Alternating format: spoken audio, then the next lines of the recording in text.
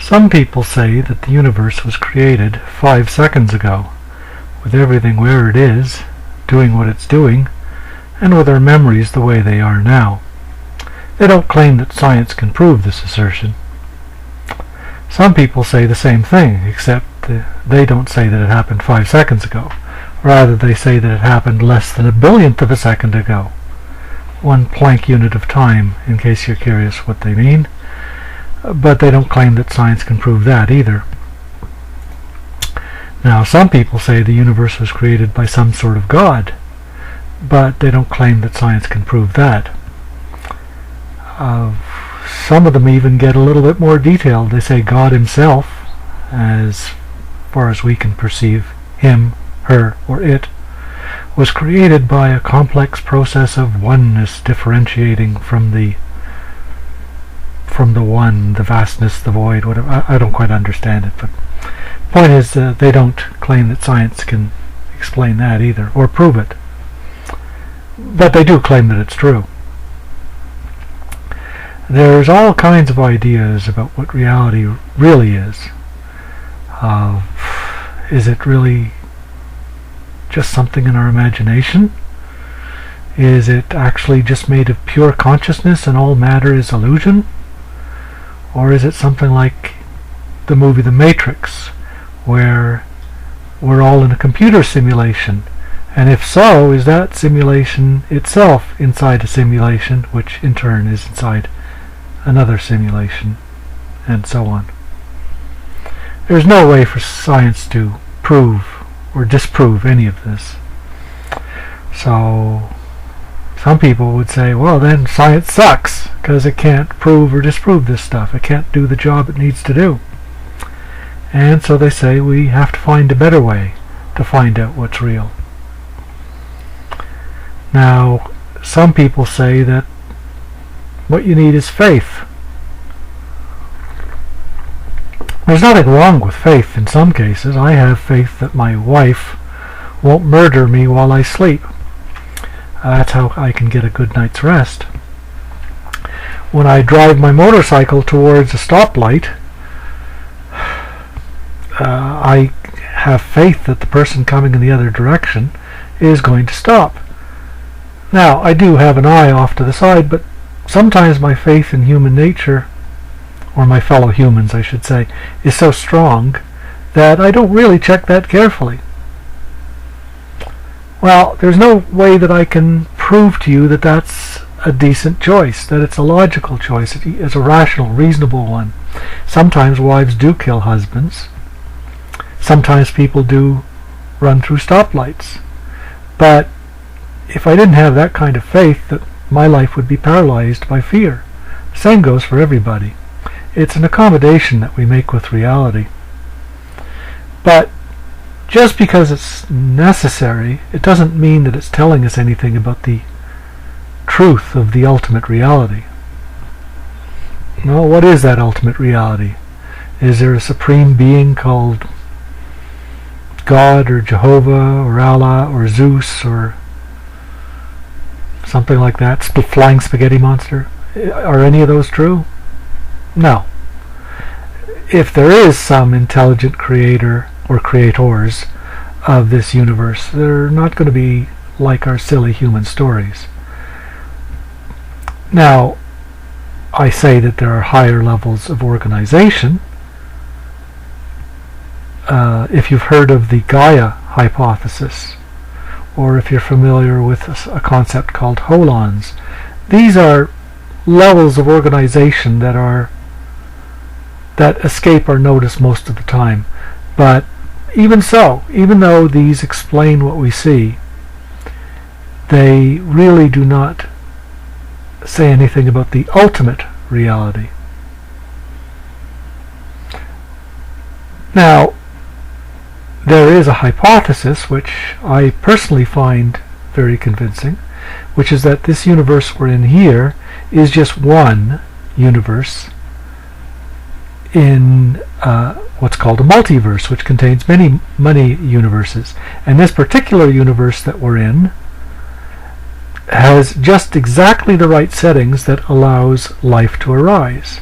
Now, this is a great explanation. I can't think of anything that it doesn't explain. But is it true? I can't prove it, and I don't think anybody can. We're part of this universe. Arguably, we're stuck in this universe, can't see out of it. So what do? Do we just give up? Well, here's how I see it. Even if we don't know how the universe was created, even if you can't prove that your best friend is conscious that the way you are, even if you can't prove that the laws of physics won't change 5 seconds from now, you can still enjoy a cup of coffee. You can still have a cookie, a nice cookie. These are the things our lives are made of. Even if there are gods and multiverses, or if we're in a computer simulation, it's not unreasonable to expect that things like coffee and cookies and dogs and cats and people are going to continue as they have. This is the basis on which we operate. If you have good shoes and reasonable health, you can go for a nice walk. If you like dogs, you can watch a puppy play. If you like sports, you can toss a ball around. And if you have some spare time, you can even use some of it watching videos like this one. Now, this might sound trite, but the point I'm trying to make here is that it is reasonable to act as if the reality we treat as real really is real in some way. No matter how we philosophize, the reality is that we actually operate on the basis of consistency. We might not know what the ultimate reality is, but we certainly do put our faith in the operational reality we find ourselves in. That very simple trust that humanity has put in the consistency of our experience seems to have worked well for us, even if it might be, in some sense, a fiction. Now, I'm not saying that we shouldn't grow or improve. Certainly we could stop being so nasty to one another. History showed that we can change, that we do change. Our lives can be more enjoyable. But it is important, and has proven important, that we don't claim to know something we do not know, or more importantly, cannot know. So many battles, so many fights, so much suffering has been caused by people claiming sure knowledge of something that isn't sure knowledge. Now, with science, we can see with quite astonishing accuracy how things operate. And just as when we're dealing with our fellow human beings, we can pretend that that's the way things really are. That's all we need to know. That's the principle of operational reality. Now, this is a practical thing. In the back of our mind, we'll retain the knowledge that the reality model we're using is incomplete. It would be insane if we forgot that.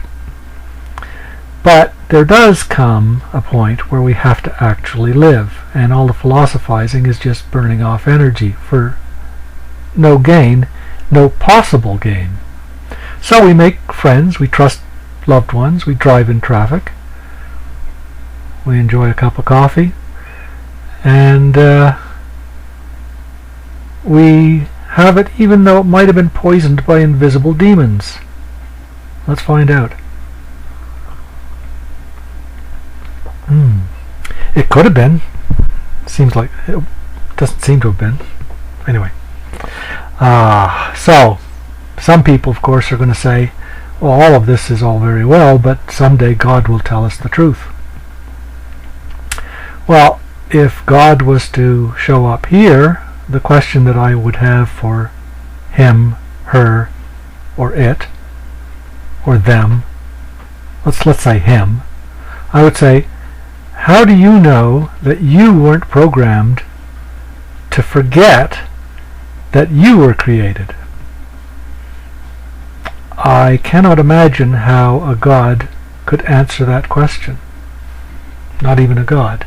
So if a God can't answer a question like that, what chance do I have? So the next time somebody tells you something like all reality is a projection of the ultimate oneness of beingness, ask them how they know.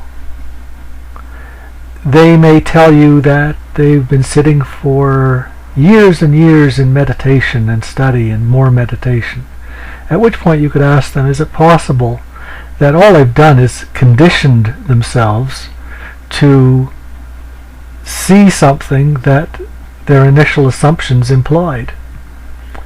If they don't understand what you mean by that, perhaps it's just best to walk away. The point you might take away from this video, and the point I'm trying to make with the principle of operational reality, is that we are not compelled to complicate our lives with beliefs that we cannot possibly test.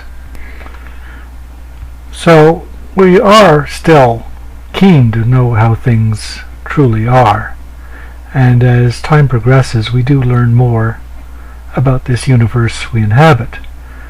But until the day arrives, and personally I doubt it ever will, when we have sure, complete, perfect knowledge of how things are in the ultimate, final reality, then we can live by the principle of operational reality.